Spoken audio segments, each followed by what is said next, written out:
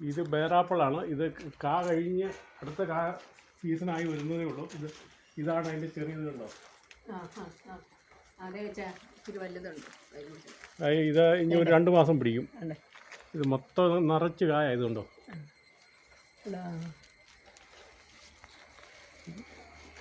നല്ല നിറച്ച് കായായിട്ടുള്ളതൊക്കെയാണ്. ഒരു 2 മാസം പിടിച്ചു കഴിഞ്ഞാൽ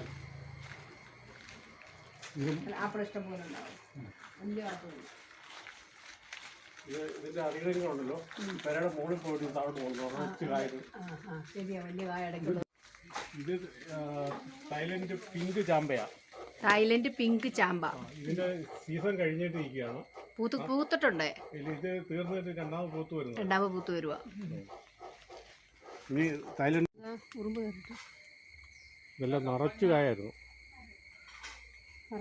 അല്ലേ. റെഡ് ചാമ്പ. തായ്ലൻഡ് റെഡ് ചാമ്പ. അത് പോയി പിടിച്ചപ്പോഴേ. ഇത് മിൽക്ക് ഫ്രൂട്ട്.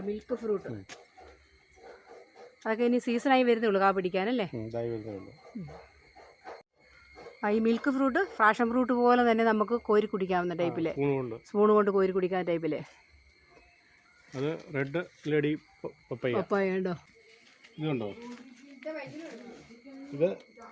ഇത് പിഞ്ചോട് കൂടി തോരൻ വെക്കാൻ നല്ല മുളകാണ്. ഇത് നമ്മുടെ സാധാരണ വെള്ളക്കാന്താരി. ഇത് വേറെ സൈസ് ഉണ്ടമുളക് എന്ന് പറയും. ഇത് ഓസ്ട്രേലിയയിൽ നിന്ന് വന്ന ഒരാൾ കൊണ്ടുവന്നപ്പം എൻ്റെ വിത്ത് കൊണ്ടുവന്ന് തന്നതാണ്.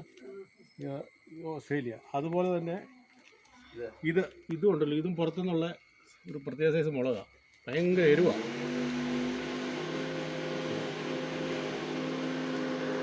ഇതേ കളറല്ലേ. കദളി കളറ്, പച്ച കളറ്, ചുവന്ന കളറ് ഉണ്ടോ. മുളക് ഒരു വെറൈറ്റി മുളകാണ്. കദളി കളറ്, ചുവന്ന കളറ്, പച്ച കളറ്. ഇത് തോരനൊക്കെ വെച്ച് കഴിക്കാൻ പറ്റുന്ന നല്ലൊരു പച്ചമുളകാണ്. സർവ്വസൂന്തി. ഇത് നല്ല മണമുണ്ട്. കറിക്കകത്ത് ഇടാനൊക്കെ നല്ല ഇതാണ്.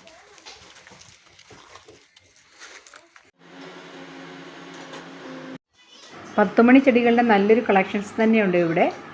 പല പല കളറിലുള്ള 10 മണി ചെടികൾ.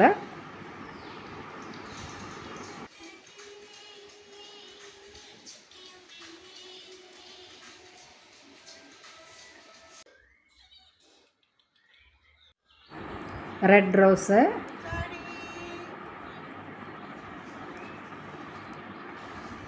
അളിയനൊരു പ്രിയപ്പെട്ട പൂച്ചക്കുഞ്ഞുണ്ട്. അവളുടെ പേരാണ് മഞ്ചാടി. അവളിതേ നമ്മൾ വീഡിയോ ഒക്കെ എടുക്കുന്നത് കണ്ടോണ്ട് മരത്തെ കയറിയൊന്ന് നോക്കിക്കൊണ്ടിരിക്കുക. നമ്മളെ കണ്ടാ മഞ്ചാടി.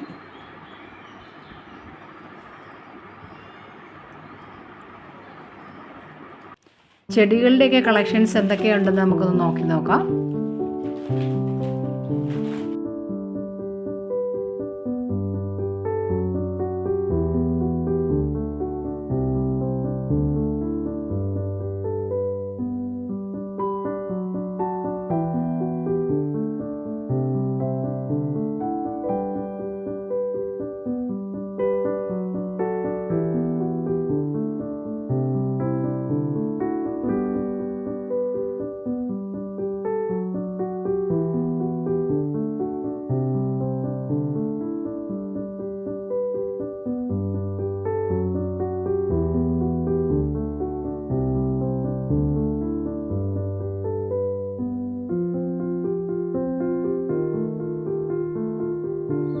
ശബരിമല എരുമേലി വനത്തിനോട് ചേർന്ന് കിടക്കുന്ന പ്രദേശമാണ് ഇവരുടേത്.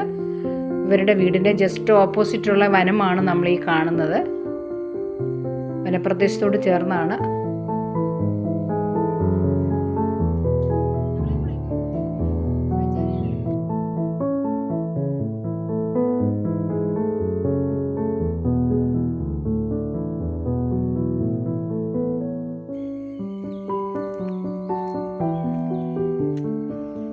അളിയനും കൃഷിഭൂമിയൊക്കെ കണ്ട് എല്ലാം മനസ്സിലാക്കി ക്ഷീണിച്ച് അവശരായി നിൽക്കുകയാണ്.